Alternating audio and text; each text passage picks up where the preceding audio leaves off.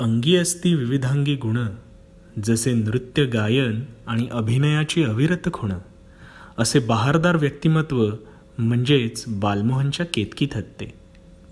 अगदी 5वीत असताना विद्याताईंनी कलागुणांची योग्य पारख करून केतकी यांना शालेय नाट्य स्पर्धेत सहभागी होण्यास भाग पाडले आणि मग दरवर्षी किमान 2 नाटकात सहभाग हा केतकी यांच्या शालेय जीवनाचा एक भागच बनून गेला. आणि भाषेच्या जोरावर बालवयातच केतकी यांनी तिथूनच अभिनयाला अनामिक स्पर्श केला. शालेय प्रवासातच भरतनाट्यमचे धडे घेण्यास केतकी यांनी सुरुवात केली होती आणि नकळतच अभिनेत्री ह्या कार्यक्षेत्रासाठी त्यांची तयारी सुरू झाली. मग बोलाची कढी ह्या मालिकेत विनय आपटे, सुनील बर्वे आणि वंदना गुप्ते यांसारख्या दिग्गज कलाकारांसोबत बालकलाकार म्हणून काम करण्याची पहिली संधी त्यांना मिळाली. 10वी नंतर परेश मोखाशी लिखित आणि दिग्दर्शित संगीत डेब्यूच्या मुली ह्या पहिल्या प्रायोगिक नाटकात केतकी यांना प्रवेश मिळाला आणि कौतुकाची बाब म्हणजे ह्या नाटकाचे महाराष्ट्रभर प्रयोग झाले. मुळातच हुशार असल्याने 10वी नंतर रुपारेल कॉलेजमध्ये केतकी यांनी विज्ञान शाखेत जाण्याचा निर्णय घेतला. पण तरीही नाटकांचा व मालिकांचा ओघ हा अविरत सुरू होताच.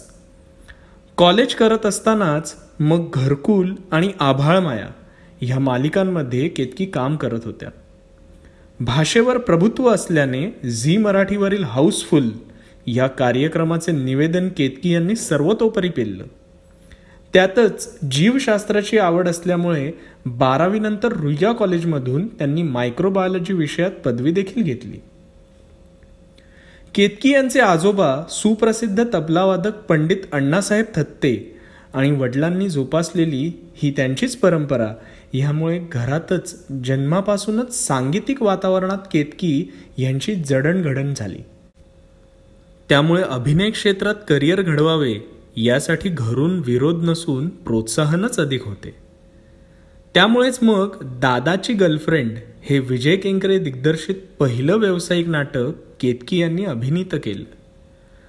दरम्यानच्या काळात ग्रॅज्युएशन पूर्ण केल्यानंतर केतकी यांनी भरतनाट्यममध्ये मास्टर्सची पदवी घेतली. या दरम्यान ETVवरील मंथन या मालिकेत एक महत्त्वपूर्ण भूमिका त्यांना मिळाली. मध्यंतरीच्या काळात केतकी यांना एका अपघाताला सामोरं जावं लागलं.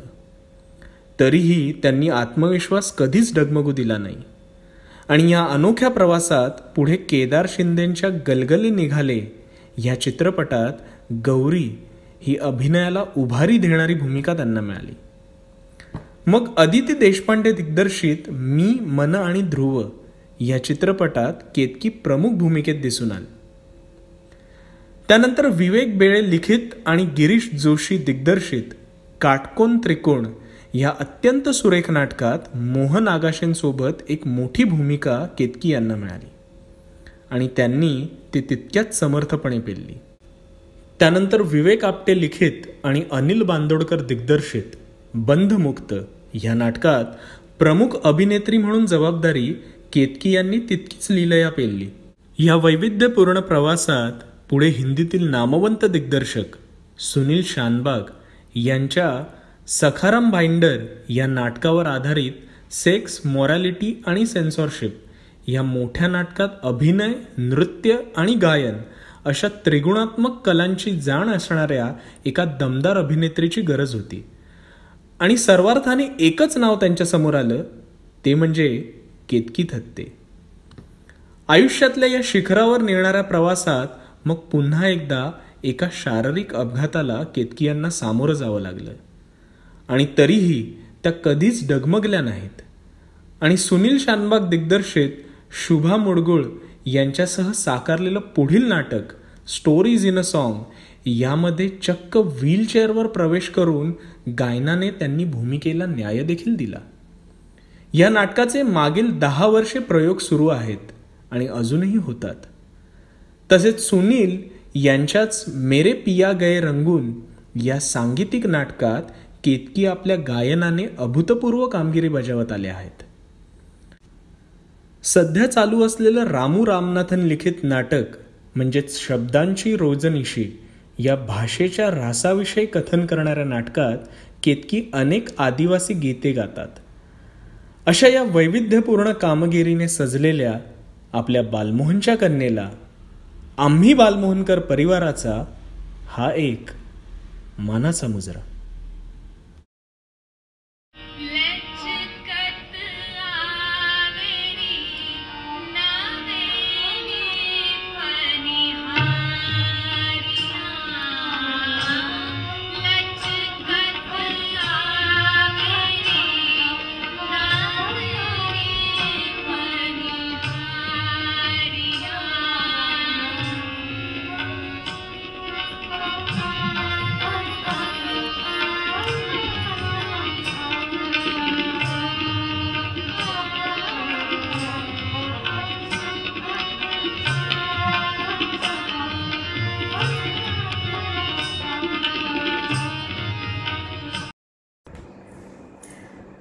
मला तुम्हाला एक गोष्ट सांगायची.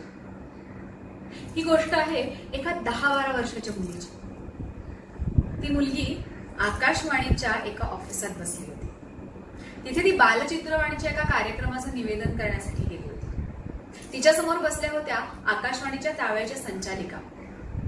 त्या तिला सांगत होत्या की तिने त्या निवेदनात काय काय म्हणायचे आणि ती ते सगळं कागदावर उतरवून घेत होती. सगळं उतरवून घेतल्यानंतर संचालिकाने तिच्याकडे कागद मागितला आणि तो कागद जसा त्यांनी पाहिला तसा त्यांनी त्या मुलीला एक प्रश्न विचारला. तू बालमोहनची विद्यार्थिनी का? मुलगी म्हणाली हो. का? या प्रश्नावर त्या संचालिकांनी त्यांच्या हस्ताक्षरात लिहिलेला एक कागद तिच्या समोर धरला. त्या कागदावरचं हस्ताक्षर आणि त्या मुलीचं अक्षर हुबेहूब एकसारखं होतं. वय वर्ष 12 आणि वय वर्ष 45-50, पण अक्षर एकसारखं. त्यावर त्या संचालिका तिला म्हणाल्या, तू बालमोहनची आहेस हे मी तुझ्या हस्ताक्षरावरूनच ओळखलं, कारण आपल्या सगळ्यांचं हस्ताक्षर एकसारखंच असतं. मोत्याचे दाणे. ती 10-12 वर्षांची मुलगी आहे मी, आणि माझ्या शाळेचा मला इतका अभिमान त्यावेळी वाटला होता तुम्हाला सांगू. बालमोहन विद्या मंदिरचे संस्कार जे आम्ही म्हणतो ना, ते मला वाटतं या एका गोष्टीतूनच सगळ्यांना कळतील, नाही? नमस्कार, मी केतकी आनंद थत्ते, बालमोहन विद्या मंदिरच्या 99च्या बॅचची विद्यार्थिनी. आमच्या शाळेचा कुठलाही विद्यार्थी किंवा विद्यार्थिनी शाळेत प्रवेश करताना शाळेच्या पायऱ्यांना नमस्कार केल्याशिवाय आणि समोर असलेल्या दादासाहेबांच्या सुंदर अर्धपुतळ्याला नमस्कार केल्याशिवाय कधीच आत शिरत नाही. आपण ज्या संस्थेत शिकायला जातोय त्या संस्थेबद्दलचा नितांत आदर यामधून व्यक्त होतो आणि त्या संस्थेबद्दलची आपुलकी, त्या संस्थेला दिलेला हा मानाचा मुजरा असतो. अत्यंत लहान वयातच आपल्या शाळेबद्दलची कृतज्ञता या एका कृतीतून विद्यार्थी व्यक्त करायला शिकतात. त्यानंतर सुरू होते ती शाळेची प्रार्थना. अंतर मम विकसित करी हे परात परा, आणि राष्ट्रगीत, जे प्रत्येक भारतीयाला अत्यंत अभिमानाचं आहे. आणि हो, नवरात्रात असते ती स्पेशल प्रार्थना.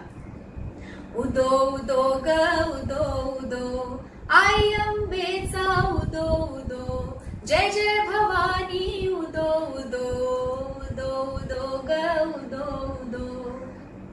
अत्यंत सुरेल आवाजात या प्रार्थना तुमच्या कानावर पडतात सकाळी सकाळी आणि मन असं प्रसन्न होतं अख्ख्या दिवसाच्या तासांकरता.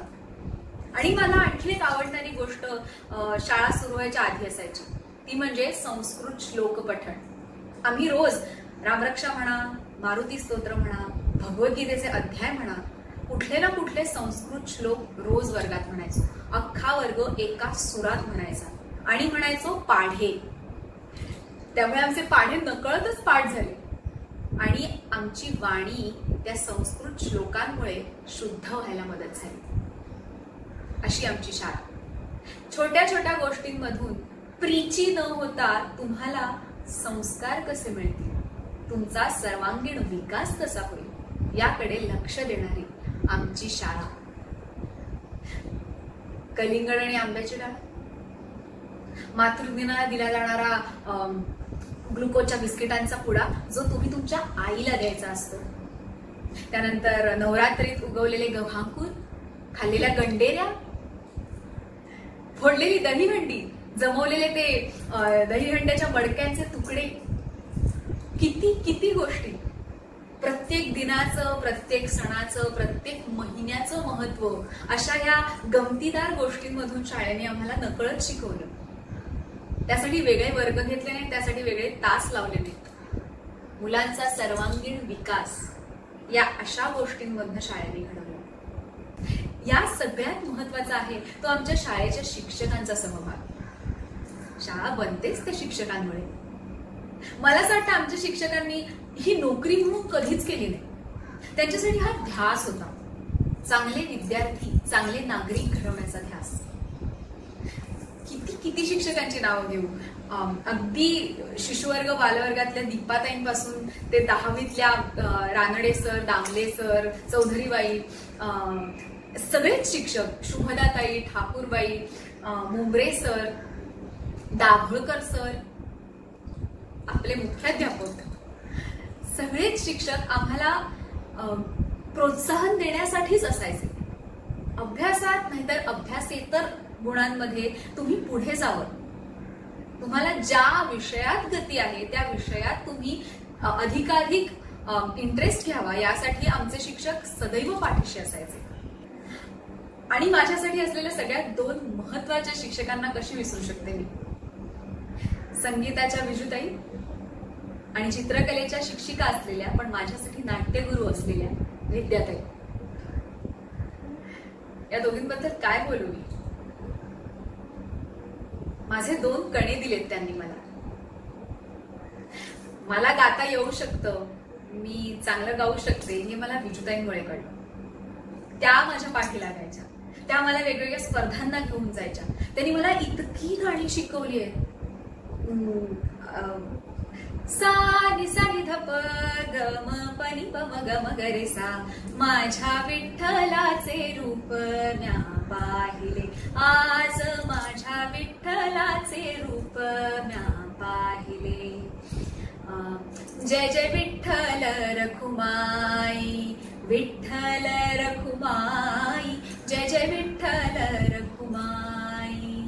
विठ्ठल विठ्ठल गजरी, जय जय विठ्ठल विठ्ठल गजरी, जय जय विठ्ठल विठ्ठल गजरी, अवघी दुम दुमली पंढरी. अशी अनेक गाणी मला आजही आठवतात आणि अजूनही मी ती तितक्याच तन्मयतेने गाते. विजुताई माझ्यासाठी खूप महत्वाच्या आहेत. माझ्या प्रचंड आवडत्या शिक्षिका आहेत विजुताई. आणि दुसऱ्या शिक्षिका म्हणजे विद्याताई. 5वीत असताना पहिल्यांदा माझी विद्याताईंची गाठ पडली. तेव्हा मी काहीतरी गाण्याची तालीम करत होते आणि तेव्हा त्या मला म्हणाल्या होत्या की तू नाटकात काम कर. आणि त्या हट्टाने मला त्यांच्या कुमारकला केंद्राच्या स्पर्धेसाठी केलेल्या नाटकामध्ये काम करण्यासाठी घेऊन गेल्या होत्या. तेव्हापासून मी विद्याताईंबरोबर अनेक नाटकं केली दरवर्षी. विद्याताईंना एका छोट्याशा मुलाला नाटक म्हणजे काय, काय असतं, नाटकात काम कसं करावं, नाटकाची वेगवेगळी अंग कुठली असतात, ती कशी सांभाळावी, हे इतकं छान समजावून सांगतात. त्यांच्या हाताखालून गेलेली अनेक मुलं आज या मीडिया क्षेत्रात, या चित्रपट, सिरियल, नाटकाच्या क्षेत्रात वेगवेगळ्या स्तरांवर, वेगवेगळ्या डिपार्टमेंट्समध्ये मोठ्या मोठ्या पदांवर कामाला आहेत. विद्याताईंचा महिमा अगाध आहे खरंच. विद्याताईंमुळे मला नाटकाची गोडी लागली, हँड्स डाऊन. मी विद्याताईंना 100% श्रेय देईन. त्यांनी मला हेरलं, मला त्यांनी नाटकात घेतलं आणि त्यांच्यामुळे आज मी ही अशी बनली. थँक्यू विद्याताई, मी खूप आवडते आहात माझ्या. आणि जाता जाता मला आणखीन एक आठवण सांगायची. आठवण म्हणण्यापेक्षा शाळेचा कसा सहभाग होता वेगवेगळ्या गोष्टींमध्ये. म्हणजे शाळेने तर सर्वांगीण विकास केलाच, पण शाळेच्या आपल्या ग्राउंड फ्लोअरच्या 2 पटांगणांमध्ये तेव्हा शास्त्रीय नृत्याचे वर्ग भरायचे. आशाताई जोगळेकर कथक शिकवायच्या आणि डॉक्टर संध्या पुरेच्या भरतनाट्यम. मी नाटकांच्या सततच तालमी करत असायचे आणि कधी कधी असं व्हायचं की नाटकानंतर मला मम्मा न्यायला यायची, तिला उशीर व्हायचा कधी, किंवा कधी आमची तालीम लवकर संपायची आणि मध्ये वेळ असायचा. तो वेळ मी अखंडपणे त्या नृत्य वर्गांमध्ये घालवलेला. मी तिथे बसून असायचे. तिथून मला नृत्याची आवड निर्माण झाली आणि त्याच्यानंतर मी संध्याताईंकडनं भरतनाट्यम शिकायला सुरुवात केली, ती आजतागायत. शाळेचा तिथेही वाटा आहे.